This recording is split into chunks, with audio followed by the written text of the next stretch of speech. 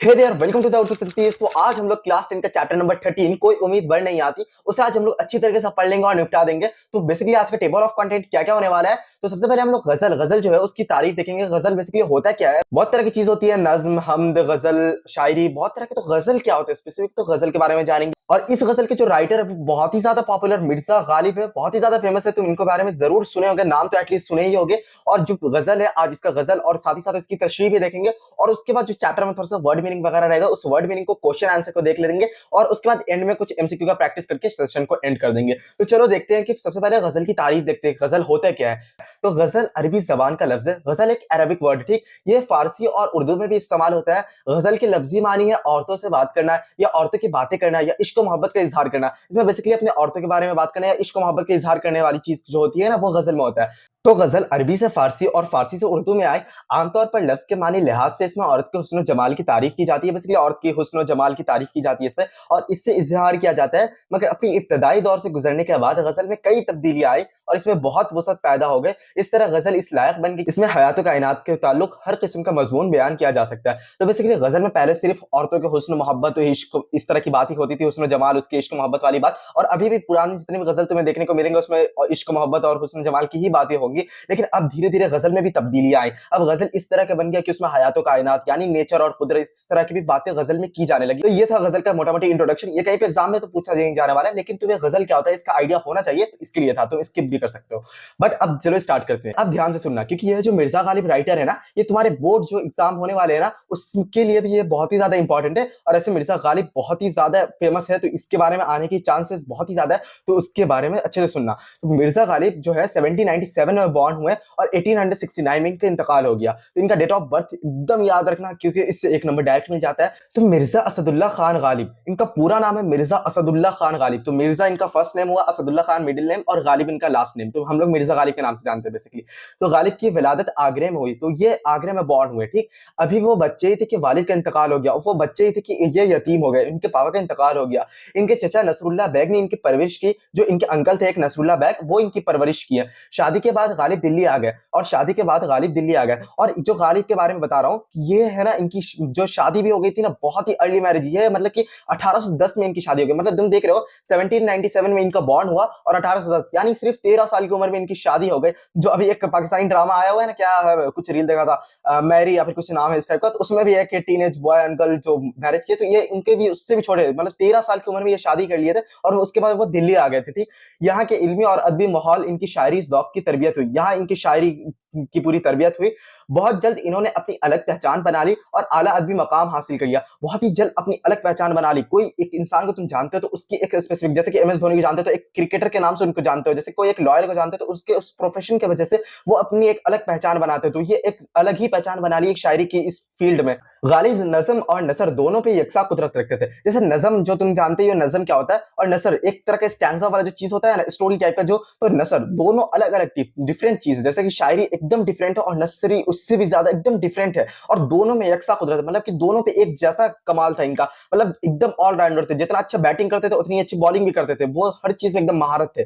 दोनों में इनके अंदाज बहुत ही मुनफरिद और दिलकश था। तो जैसे कि मैं बोला कि दोनों एकदम डिफरेंट चीज था, तो दोनों में इनका ऐसा नहीं कि जो शायरी लिख रहे हैं उसी में थोड़ा सा ऐसा ऐसा थोड़ा बहुत चेंज करके नसर बना दिए, नहीं नहीं, उसमें एकदम अलग पैटर्न जो उसका होता है वो एकदम ऑथेंटिक लगे कि एकदम कोई प्रॉपर इसका स्टोरी टेलर ही लिखा है और ये चीज कोई पोएट ही लिखा है, तो एकदम वैसा वाला चीज था, ठीक। उसके बाद आगे इनके बारे में देखते हैं।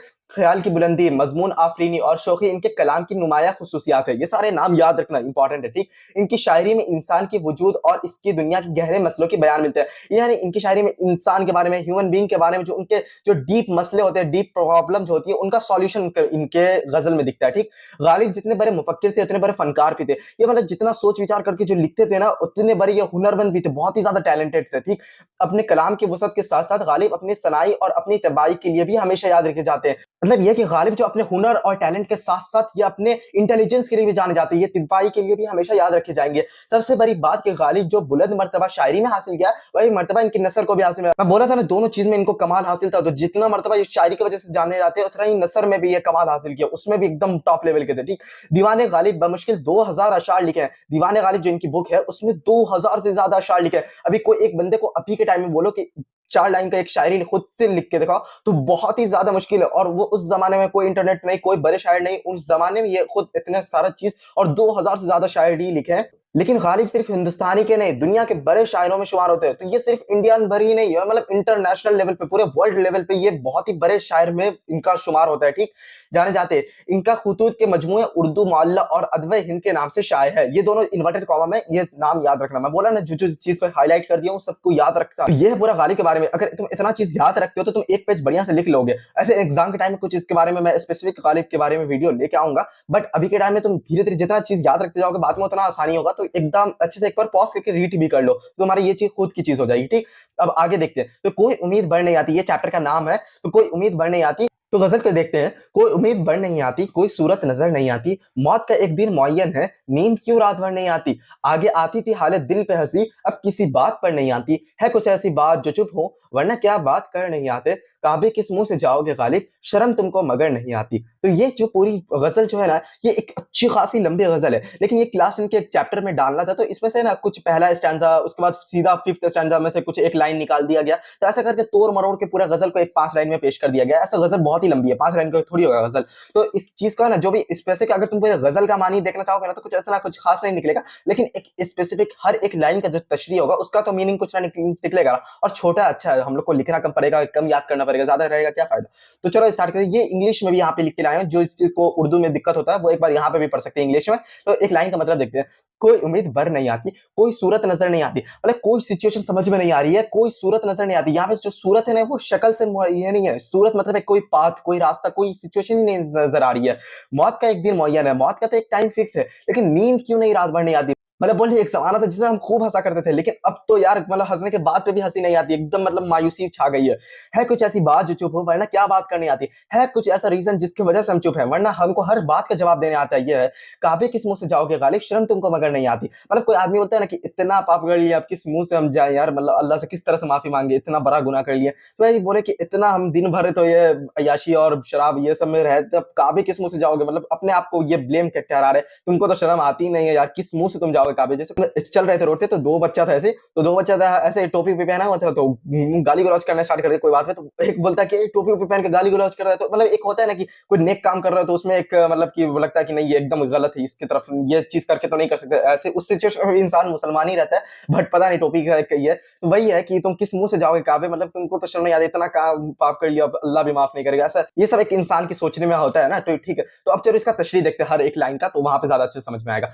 तो कोई उम्मीद बढ़ नहीं आती, कोई सूरत नजर नहीं आती, तो इस लाइन का तशरीह है। तुम सियाको सबाक और तशरीह जो बताया था ना, जो पहला तुम अगर जान पहचान का प्लेलिस्ट फॉलो करोगे तो सियाको सबाक और तशरीह बिल्कुल वैसे ही लिखना। सियाको सबाक अगर नहीं लिखोगे तो टीचर पे डिपेंड करता है, ऐसे नंबर वो सीधा काट लेंगे। अपने अपने हिसाब से क्यों गलती करना है, कोई नंबर कट जाए तो फालतू का, उसमें सियाको सबाक और तशरीह अच्छे से लिखना। ठीक, तो तशरीह गालिब ने इस शेर में मायूसी का इजहार किया है। इनका कहना है कि हमारी उम्मीद पूरी नहीं होती और ना आइंदा इसके पूरी होने की कोई सूरत है। वही चीज है, कोई उम्मीद बढ़ने आती, कोई सूरत नहीं, मतलब कोई उम्मीद हमारी पूरी हो नहीं रही है और आगे भी कुछ ऐसा सोच के भी नहीं लग रहा कि ये पूरी होने वाली है। और ये पूरा सिचुएशन है ना भाई इश्क मोहब्बत महबूबा से रिलेटेड है, तो देख लेना, अंदाजा लगा लेना। ठीक, उसका सेकंड लाइन किया, मौत का एक दिन मुअय्यन है, नींद क्यों रात भर नहीं आती। तो इस लाइन की तशरीह गालिब कहते हैं कि मौत का एक दिन मुकर्रर है, वो अपने वक्त पर आएगी, मगर हमारी नींद को क्या हुआ। मतलब वो कह रहे हैं कि मौत का तो दिन फिक्स है, कुल्लु नफ्सिन ज़ाइक़तुल मौत, मौत का तो टाइम फिक्स हो गया, लेकिन नींद क्यों नहीं आ रही है यार। मतलब कोई बेचारी से नींद नहीं आती है ना, तो भाई नींद क्यों नहीं रात भर आती, जागते रहते हैं, नींद हमसे कोसों दूर है।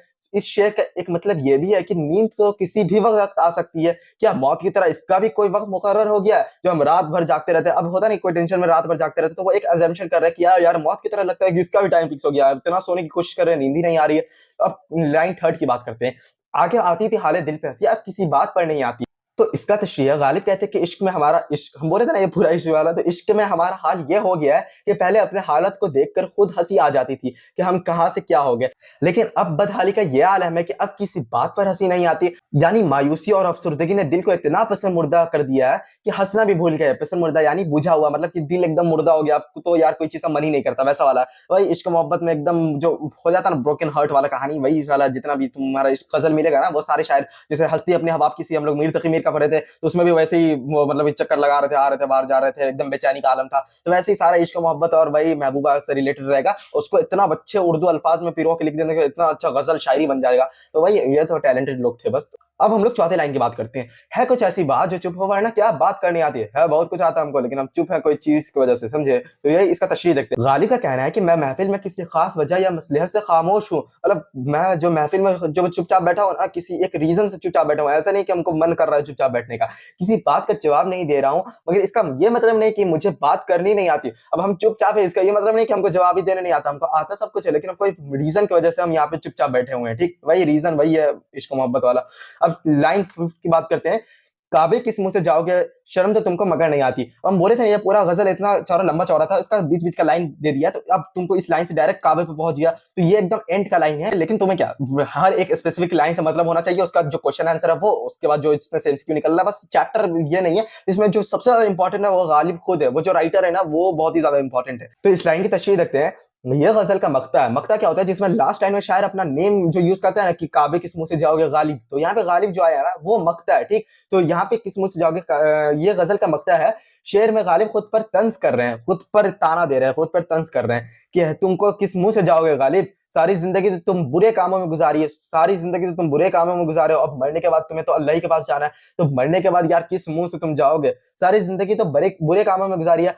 अगर पाबंद 100 में सलाह होते तो फिर खुदा के इस पहले घर में जाते हुए अच्छे लगते। पाबंद 100 में सलाह मतलब क्या, 5 वक्त नमाजी। अगर तुम फजर असर जोहर मगरिब इशा, अगर तुम 5 वक्त नमाजी होते तो अब तुम काबे जाते हुए अच्छे लगते, अल्लाह के सामने पेश होते कि हाँ नमाज पर क्या है। अब तो तुम इतना जिंदगी बुरे कामों में गुजारे हो, अब अल्लाह के सामने पेश होगे, किस मुंह से पेश होगे? हाँ, तो ये अपने आप को ही तंज कर रहे हैं। तुमको शर्म आनी चाहिए कि ऐसी हालत में काबे जाओगे, तुमको शर्म आनी चाहिए, ऐसे हालत में काबे जाओगे, ये खुद से बात कर रहे हैं ऐसे। लेकिन ये कभी नहीं सोचना चाहिए, कितना भी गुनाह करने के बाद अल्लाह बहुत ही बड़ा गफूर है, अल्लाह हर चीज को माफ कर देगा सिवाय शिर्क के। तो तुम अगर कुछ भी गुनाह है तो अल्लाह से माफी मांग सकते हो। ये तो एक तरह से शैतान का वेपन होता है कि शैतान तुमको वर्गलाता है कि तुम एक बुरे काम कर लियो अब तो, और तुम बुरे काम करो, वरना तो अब तो इतना पे तो अल्लाह भी माफ नहीं करेंगे। अल्लाह क्यों नहीं माफ करेंगे? अल्लाह ताला फरमाते हैं कि कुरान में कि तुम माफी मांग के तो देखो, अल्लाह माफ करेगा। चलो ये बात अलग है, तो हम लोग गौर कीजिए चैप्टर का वो देखते हैं। तो गौर कीजिए, गजल का आखिरी शेर है जिसमें शायर अपना तखल्लुस इस्तेमाल करता है, इसे मक्ता कहते हैं। बताया था जिसमें तखल्लुस अपना नेम इस्तेमाल करता है उसे मक्ता कहते हैं। ये क्या याद रखना, ठीक, मक्ता ये इंपॉर्टेंट है। ठीक, आगे आती थी हाले दिल पे हंसी, यहाँ आगे आती थी हाले दिल पे हंसी, ये जो लाइन था ना, तो यहाँ आगे का मानी पहले है, आगे मतलब पहले है। ठीक, ये जो मानी है, वरना क्या बात कर नहीं आती, यहाँ कर क्या मानी करना का, यह समझ में आ रहा है कि वरना क्या बात कर नहीं आती। तो ये जो राइटर सब जो होते हैं ना, जो पोएट राइटर ये सब होते हैं ना, इन लोग को छूट मिलता है कि जो है ना थोड़ा सा वर्ड को मतलब रिदम मिलाने के लिए ना, राइम्स मिलाने के लिए वो कुछ वर्ड को तेरा मेरा कर सकते, तो वो वही है, वरना क्या बात करनी नहीं आती। पहले ज्यादा इस्तेमाल करते थे, अब तो ज्यादा इस्तेमाल नहीं होता, ये पुराने शायर लोग ज्यादा इस्तेमाल करते थे इस तरह का, बस ये लिखा हुआ है। उसके बाद जो मुश्किल अल्फाज का मानी यानी वर्ड मीनिंग जो रहेंगे चैप्टर का वो देखते हैं। उम्मीद भर ना आना, उम्मीद भर ना आना या उम्मीद पूरी ना होना, उम्मीद भर ना आना मतलब नहीं, उम्मीद पूरी ना होना मतलब ख्वाहिश पूरी ना होना। मुअय्यन, मुअय्यन यानी तयशुदा, वो मतलब कि पहले ही से फिक्स है, उस टाइम पे वो होगा, तो वो पहले से फिक्स है, तो मतलब मुअय्यन है उस टाइम के लिए, तयशुदा। ठीक, उसके बाद थर्ड है सूरत, सूरत का हो गया तदबीर, तरीका, कोई सूरत नहीं नजर आ रही, कोई तरीका नहीं नजर आ रहा। ठीक, उसके बाद मगर, मगर यहाँ पे शायद से, अगर मगर, मगर मतलब शायद यहाँ पे समझ में आ ही रहा होगा। तो ये था छोटा मोटा चीज था, तो वर्ड मीनिंग भी 4 ही पीस है, तो ये देख लिए। अब तुम आगे देखो मश्की सवाल और जवाब, तो इसमें क्वेश्चन आंसर है, देखते हैं। पहला क्वेश्चन हमारा, कोई सूरत नजर नहीं आती से क्या मुराद है? तो जवाब है इसका, यहाँ सूरत के मानी तरीका और तदबीर या हल का है। किसी भी मसला या मुश्किल का हल होने की कोई तरीका नजर नहीं आता या कोई तदबीर समझ में नहीं आ रही हो कि अपने मकसद में कामयाबी हासिल हो। अब बोला था ना सूरत, सूरत का मतलब कोई पाथ, कोई रास्ता समझ में नहीं आ रहा, कोई तरीका, तो वही चीज को एक्सपैंड करके क्वेश्चन बना दिया है, तो वही चीज है। अब क्वेश्चन नंबर 2 की बात करते हैं। दूसरे शेर का मफहूम बयान कीजिए, दूसरे शेर का मफहूम बयान कीजिए, मतलब दूसरे शेर का क्या बोलना जा रहा है। तो दूसरे शेर का जो आंसर है, इसका मफहूम यह है कि मौत का तो एक वक्त मुकर्रर है, मौत का तो एक वक्त मुकर्रर है, वो इस मुअय्यन वक्त पर आएगी, वो मतलब इस तयशुदा वक्त पर आएगी। लेकिन नींद का तो वक्त मुकर्रर नहीं है, मतलब नींद तो हम कभी भी सो जाते हैं, दिन में सो जाते, सुबह सो जाते, शाम। फिर रात भर क्यों जागते रहते हैं? मतलब कि अभी भी तुम लोग में से बोलेगा हाँ रात भर जागते रहते हैं, पबजी बीजीएमआई ये सब खेलते रहते हैं। नहीं भाई, सो जाना चाहिए टाइम पे। तो रात भर क्यों जागते रहते हैं? कहीं ऐसा तो नहीं मौत के आने के 22 नींद नहीं आ रही है, मतलब ऐसा तो नहीं कि मौत का जैसे टाइम फिक्स हो गया है उसी तरह से नींद भी नहीं आ रही है, हमारा भी नींद का भी टाइम फिक्स हो गया है। अब लास्ट क्वेश्चन की बात करते हैं। काबे जाने से शायर को शर्म क्यों आती है? काबे जाने से शायर को शर्म क्यों आती है? तो इसका आंसर है अपनी बदआमालियों, यानी अपनी बैड हैबिट्स, अपनी बदआमालियों के बाइस शायर शर्मसार है। वो किस मुंह से काबे जाएगा? वो मतलब कि इतना शर्मिंदा हो गया, मतलब खुद में मलामत हो रही है कि भाई अब कैसे, इतना बुरे काम किए अब कैसे जाएंगे, तो वही चीजें शायद शर्मसार है वो अपने बदआमालियों के कारण। तो ये था तुम्हारा क्वेश्चन आंसर कंप्लीट हो गया।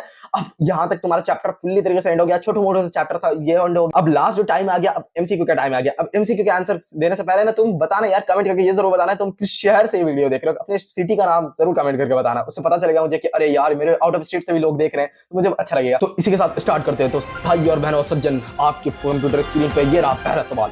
तो मिर्जा गालिब की परवरिश किसने की? तो पहला है चचा शहाबुद्दीन ने। चचा शहाबुद्दीन ने उनकी परवरिश की, नसरुल्लाह बेग ने परवरिश की, और सी है बाबर इलियास बेग ने की। तो इसका आंसर क्या होगा? चचा शहाबुद्दीन ने की, चचा ने की थी, या फिर फूफा ने की थी, मामा किसने की थी? नसरुल्लाह बेग ने की थी, बाबर इलियास ने की थी। तो देखो उनके चचा किए थे, तो चचा का नाम शहाबुद्दीन नहीं था, तो ये एलिमिनेट हो गया। बाबर इलियास बेग, ये कोई नाम में नहीं, मैं अपने से सोच के कुछ भी डाल दिया, ये कुछ नहीं। नसरुल्लाह बेग यहाँ पे अच्छे से सुने होगे तो इसका आंसर बी होगा। आई एम श्योर कि तुम सही लगाए होगे। अब क्वेश्चन नंबर 2 की बात करते हैं। तो गजल का मतला क्या है? मतला, देखो मक्ता के बारे में बात की तो मतला क्या होता है गजल का? काबे किस मुंह से जाओगे गालिब, ये गजल का मतला था। बी है आगे आती थी हाले दिल पर हंसी, ये है मतला।